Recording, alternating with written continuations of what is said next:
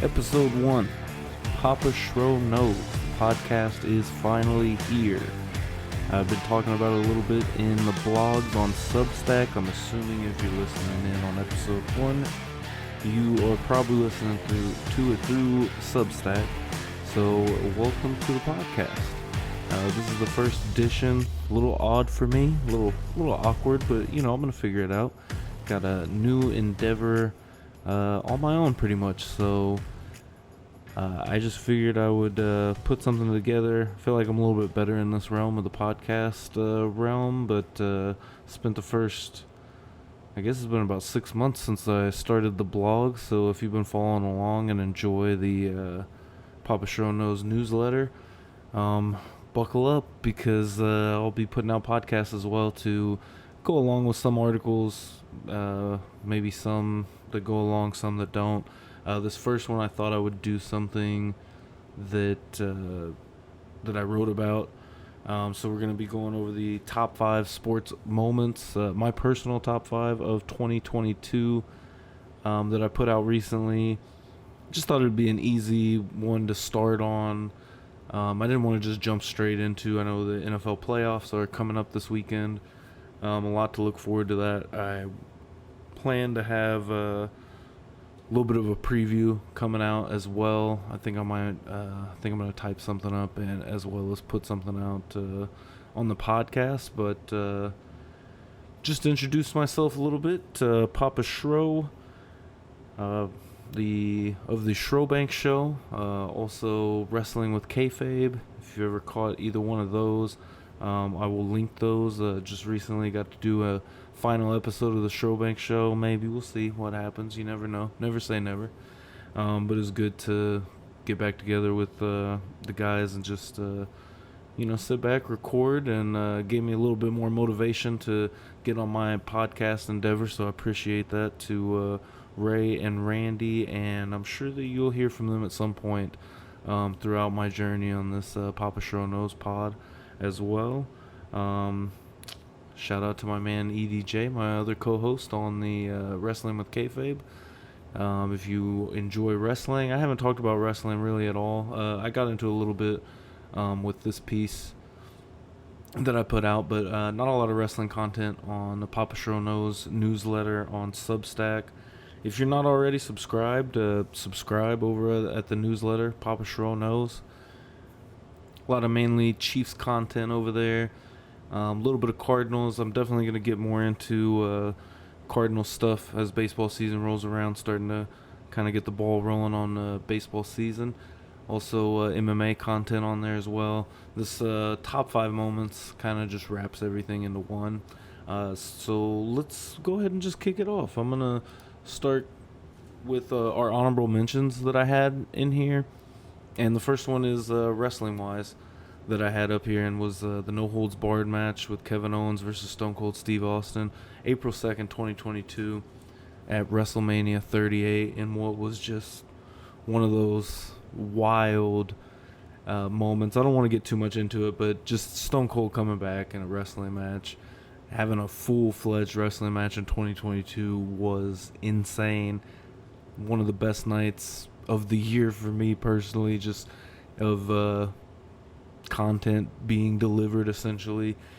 Watching that, kid that grew up watching in the Attitude Era, that's just Stone Cold Steve Austin, man. Getting a match from him, a no holds barred match where he went all out in 2022, just absolutely insane. My other honorable mention for 2022 was the title fight at 205 pounds between Glover Teixeira and Yuri Prochazka. Just an absolutely amazing fight. But one of the reasons why it also stood out for me is myself, Ray, and Randy all went out, caught it at the bar, and just went out to just kick it, really, and just have a good time, kick it with the bros, and it ended up getting treated to just a terrific fight. Amazing 5-round fight. Haven't seen a fight like that in a long time, and when you're just kicking back, enjoying, your friends and family and stuff, and getting to sports is just such a big part of, my family and, a lot of friends as well. And just to have, a great sports moment like that happen, unfolding while you're just kicking back. I know that's why a lot of people love the Thanksgiving Day games and Christmas Day games in the NBA. You're just sitting back with the family and, get to catch some amazing moments while you're at it and enjoy that, and, provokes discussion and good times. In my blog, I compared it to Hendo and Shogun 1. That was another one where, we were all just out watching that fight and it just broke out. Actually happened to be on my birthday one year, and I can't remember what year exactly that was, but a hell of a fight. That was the first 5-round main event in the UFC. So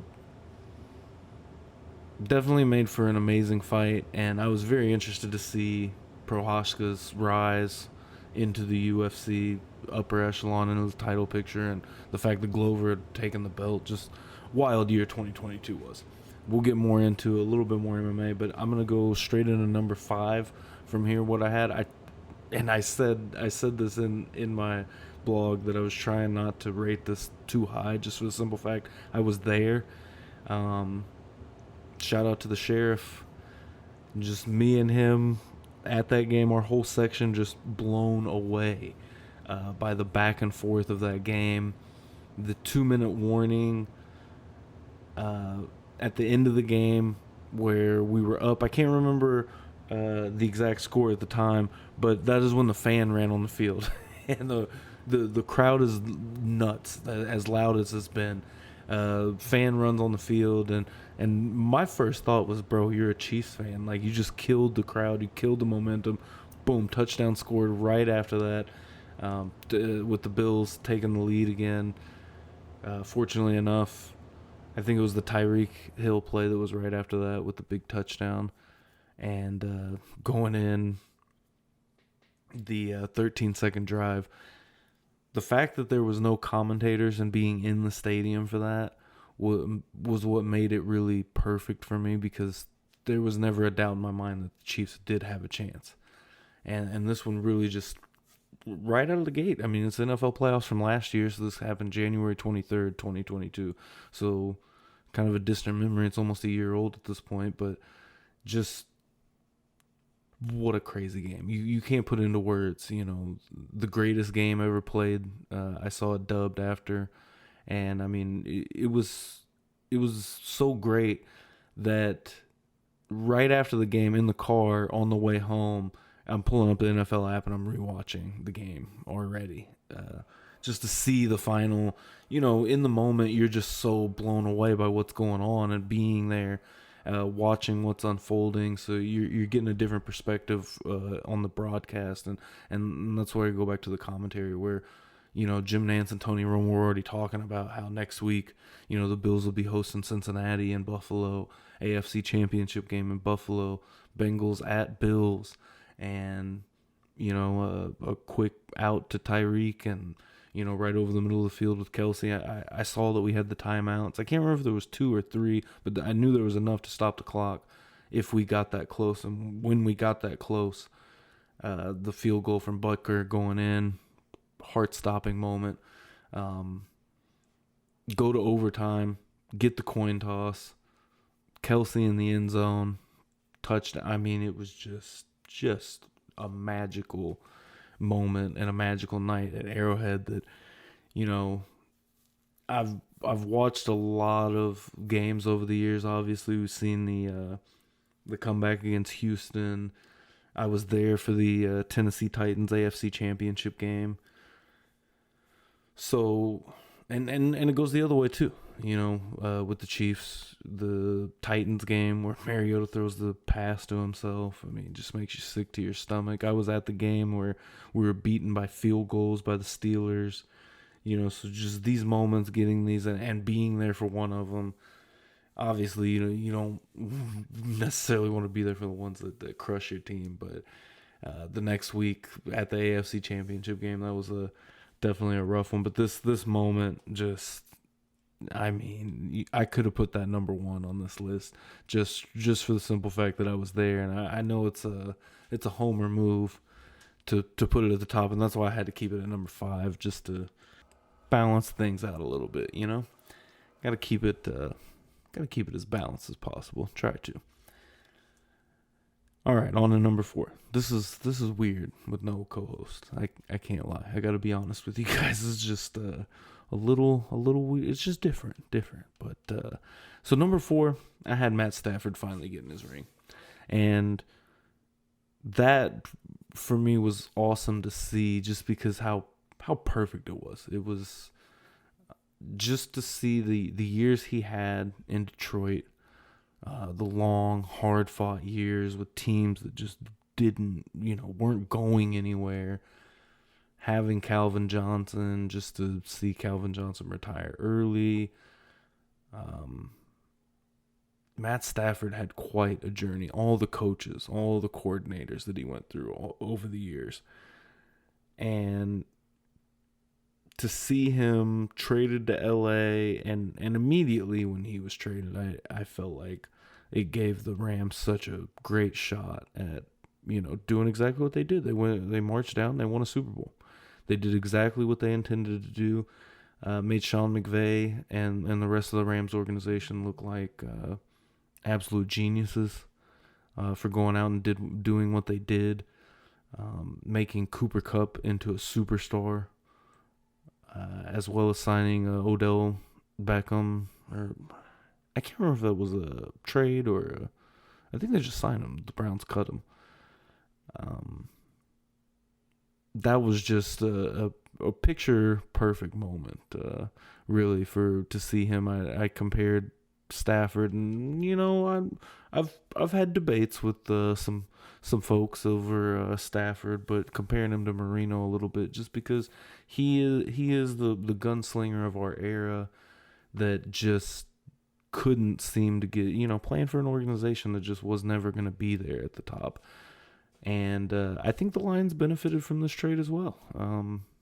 Goff has been what Dan Campbell's needed him to be, but to get back to this moment, Stafford getting his ring, and really with the rest of them, the journey that they had from losing to the Patriots with Goff, and Aaron Donald's journey as well, as he's been the best defensive player in the league for the last couple of years, especially when you talk about interior defenders. I mean, it doesn't get any better. I think this year you definitely make an argument that Chris Jones has surpassed him, but just the dominance that Aaron Donald has put forward the last few years, and to see him finally get his ring as well, along with solidifying Matt Stafford's career, I think was just a really awesome moment to see. So moving on to number 3, talking about this one more of a shocker than in the offseason, at least I felt like Matt Stafford gave the Rams such a better chance at winning a Super Bowl, obviously, than Jared Goff, but that this could be the year with them, and McVay, the way that he turned around that organization. But with number 3, Leon Edwards shocks the world. I did not watch this live. A lot of fights, I want to try to get better at this, try to watch more fights in 2023. But, the way the pay-per-view system is set up, the way everything is set up for the UFC, to me, it's, sometimes I feel like it's hard to get me out of my house to go watch a fight, because I'm not now going up to $80. Anyway, whole nother story. So, to get what I was saying is most of the time I'm watching them through Twitter, essentially, just refreshing, just waiting to see, the updates, all the live tweeting. You can get a pretty good idea on what's going on in the fight. And, as I'm reading through this fight, Kamaru Usman is dominating this fight. He's winning, very clearly. This fight's, a done deal. It's going to go to the decision. Usman's going to win a unanimous decision, continue his dominant reign at welterweight that, at that point, you put up there with some of the greats at welterweight. And all of a sudden, across my timeline flashes Leon Edwards and new. And I was about as shocked as I was when I got the update that Juliana Pena had taken the belt from Amanda Nunes. To then see how Leon Edwards pulled it off with the feint to the head kick. Whew. And just to see Usman just out the way he was, I mean, out cold. That was such a wild moment, and Leon's whole journey up to the belt, and that is one reason why, to me, that this was such a important moment. I almost feel like fight wise, you could probably interchange this with my honorable mention of Prohaska, or maybe even the Alex Pereira fight with him taking the belt from Izzy. But just the way Leon did it, the way, for years it seems like Leon's kind of been next up. If he could just kind of get popularity, essentially. I mean, if he could get over that hump of popularity, because let's face it, in 2022. Getting a title shot is part popularity contest and part, getting there, and being deserving of the title shot. But just pulling off the long shot head kick that he did was just insane. And in my newsletter on this one, I did compare it with the number 5, being down and out. Just like the Chiefs were with 13 seconds left. I can't remember exactly how much time was left, but, clock was running. I think it was under 2.5, so we were in the second half of the 5th round. And being that far into a championship fight, I mean, that is just a champion, a warrior spirit showing through of, being able to stay in the fight. And hats off to Kamaru Usman, because he's come such a long way, and he took that loss so well as well, and joking about it on social media. But with Usman, to me, it just shows his growth as a martial artist, and I know that's silly talking about being a KO loss, but at the same time, just the way that he's become a completely different fighter. He was actively trying to finish that fight. He could have easily clinched up with Leon and put him up against the fence for the last 5 minutes and coasted to a championship victory.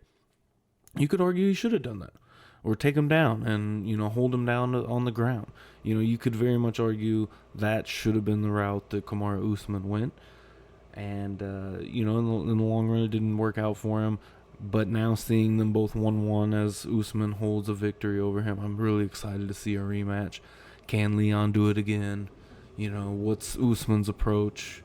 It does make me kind of think of GSP when GSP was knocked out by Matt Serra. He came back, became the dominant wrestler we know him as. And his wrestling was great before then, but I mean, just another level after that. And realizing, to fight a little bit safer, I think, fight a little bit safer, but still actively be exciting. Because I don't think there was very many GSP fights, at least to me, in my opinion, that were very boring, and, it was just him, as we call it amongst me and Ray, fitching someone, where you're just actively just trying to gain top position, and that is it. So hats off to Usman. I'm excited for the rematch. But number 3, Leon Edwards shocks the world. I mean, who saw that coming? And especially at that point in the fight, who saw that coming? If you were putting live bets on Leon Edwards during that fight and cashed out on that, good for you. So moving on to number 2, Messi. Messi brings the World Cup home to Argentina. Diego Maradona, in February of 2006, said, "I have seen the player that will inherit my place in Argentinian football, and his name is Messi." February 2006. Go forward to December 2022, and Messi has brought home a World Cup finally. And what a wild journey for him, as he's just been at the top of the game for so long. Him and Cristiano Ronaldo, my entire life, I can just think of those two. In 2006, Messi was 18. Now at 35 years old, winning the World Cup, Maradona was the last captain for Argentina to win the World Cup, and I do believe he was the coach at the time. That was right around the time where Maradona was the coach of Argentina. And to see Messi finally capture that World Cup in his 5th one at 35, he'll be 39 the next time World Cup rolls around. And it's good to see that he finally got to touch that gold of the World Cup. He got to play against his teammate Mbappe, who was just a monster in this year's World Cup, and just watching him, he's just head and shoulders above everyone else, it seems like, when he's out there on the pitch. And in 2018, Mbappe helping France capture a World Cup, and then your previous World Cup winner up against Argentina and Messi, and maybe the greatest soccer player of all time we've gotten to see play. You can definitely put him up against the likes of just about anyone. And growing up watching Messi, I'm definitely a casual soccer fan. Don't take me as any in-depth soccer fan, but when the World Cup comes around, I'll never forget 2006 is when soccer kind of captivated me. I played growing up always, but to actually watch it and be into what's going on, and in 2006, that year, I think they were in Germany, and it was the year Italy played France in the World Cup final, and Italy won. And Zinedine Zidane had that crazy headbutt to get red carded out of the game. But from then on, I always have paid attention to especially international soccer and surrounding the World Cup, but trying to pay attention to a little bit here and there, but absolute casual. So, but it had to be number 2 because, again, like the Matt Stafford thing, I didn't think the Matt Stafford winning his ring was not as important as Messi, and mainly because Messi is a superstar of our generation. He is just as much of what LeBron is to basketball of our generation, of what my next number 1 was to baseball of this generation, or even Brady or Manning, or you could compare him to those very, very top 1% of their sport that captivated a huge audience. And again, just a casual fan like myself, getting to see Messi hoist that World Cup trophy was something special. Now to get to number 1, to make this just as cut and clear, there's no other number 1 for 2022 in sports. No, there's just nothing. You cannot compare 700 home runs to anything else in sports. There is no accomplishment like it. There's nothing like it in basketball. There's nothing like it in football. There's nothing like it in any other sport. Hitting 700 home runs, you have Babe Ruth, you have Hank Aaron, you have Barry Bonds. You now, as of 2022, have Albert Pujols, the machine. A 3-time MVP, 11-time All-Star, Rookie of the Year, 2-time World Series champion, 3,000 hit club. Only one of 2 guys to do that. Only him and Hank Aaron have done that now. 700 club and 3,000 hit club. Second most RBIs in MLB history. And just to put that into perspective, I don't have the I don't know exactly when Major League Baseball came to fruition, but it's the 1800s. Off the top of my head, I want to say 1882 is when the Cardinals organization became an organization. So you're talking about so much history that, the game of the baseball has changed, for sure. And obviously, when we're talking about 1800s, guys weren't hitting home runs like that. And, Babe Ruth and on, and now where we're at, of course, we had the steroid era. And Pujols is always going to, have speculation of steroids. I think, obviously, why wouldn't you, of him playing during the back end of that era? But there's always going to be the speculation there for any baseball player accomplishing feats like that. Even Judge, there was talk about that this year with him hitting 62. But there's never been any proof Pujols did it without any steroids, whether you take that into account or not. Not here to make that argument right now, but just what I'm putting into words, trying to, is just how insane. We more than likely will never see this again. Of 700 home runs, the way that baseball is now. You don't, and to be fair, Pujols never put up any crazy, 60 home run seasons or anything like that. But what he did do was he played consistent for a long time. And to play 22 years, 10 of those in LA, and 12 of those in St. Louis, with that final one in St. Louis, and coming back, and the way everything went down with that, I think, is also what made that moment just so special of Pujols, even more so than it already would have been. I mean, it's 700 home runs. It's going to be a huge deal. Just to go back to that real quick, 49 home runs in 2006 is Albert Pujols' career high. But 43, 46, 41, 49, 47, 42, another 40 home run season in 2015. That's 7 seasons, 40 plus home runs. Consistency was Albert's game. So, like I said, there will forever be the speculation that Albert Pujols took steroids, and it. But then again, there's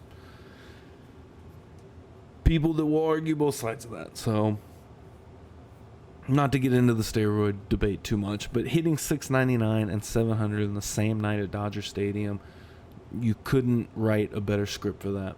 In a Cardinals uniform, hitting 699 and 700 in the city that he played 10 years in. Granted, it was at Dodger Stadium. He only spent about half a season in LA as a Dodger, but there was 9.5 years as an Angel out there that, and also as a Cardinals fan growing up during the Pujols era, just to get to see him play, even when he was older. Here in Kansas City, I've been to a few games.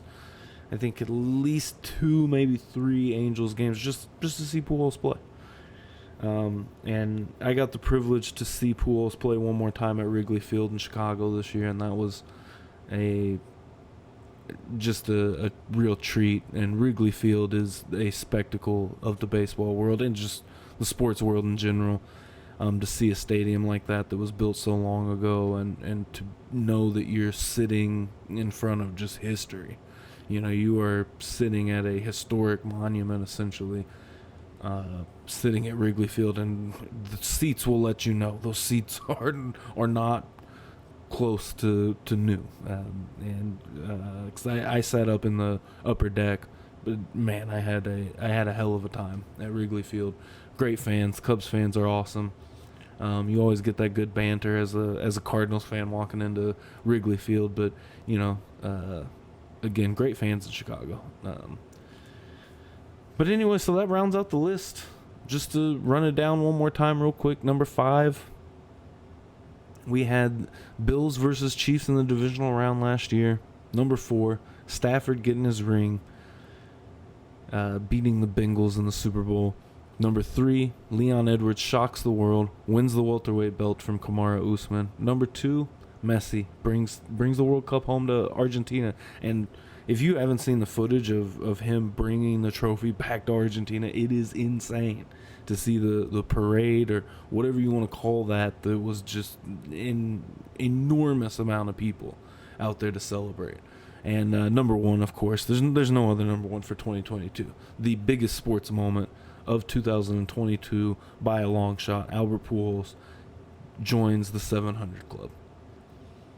So that rounding out my first episode, like I said, I plan to bring you some NFL coverage this week, give you my thoughts and my takes on the games. I plan to kind of keep these short. I see I'm hitting about 30 minutes, but I plan to keep it about 30, 45 minutes as a long episode. I'm trying to kind of keep it short and sweet, and we'll just see where it goes. Again, no co-host, a little weird, a little different for your boy, but definitely a journey I'm excited to go on. And, shout out to Ray and Randy giving me some real motivation, getting back and recording SchroBanks Show. If you haven't listened to that, we got 78 great episodes that encompass myself, EDJ, DEJ from Wrestling with Kayfabe as well, Ray and Randy, and a few others that joined us along the way. Definitely had a great journey on that podcast, so I'm looking forward to doing what I love. And I love sports. It's always been a big part of my life. Season ticket member with the Chiefs for the last 3 years, and it's been an awesome journey getting to go to a lot of games the last couple of years. And lifelong Cardinals fan, definitely a Royals supporter. I know some people may not see me as that, but I am a Royals supporter. Maybe get a little bit of Royals coverage on here, talk about them a little bit throughout this next year. But I'm excited because, I just started to blog up the newsletter. Started on WordPress, and then I found Substack, and I really like the platform. I really, really enjoy the platform at Substack. So if you're thinking about getting into some stuff like this, podcast, Anchor is a great tool, but I'm just excited to see where the Substack goes. And if you've been rocking with me for a little bit and reading the newsletters I've been putting out, I really appreciate it, and I just plan on doing more, and just giving you guys my takes and my opinions. So I appreciate you with me along the journey, and I will see you next time.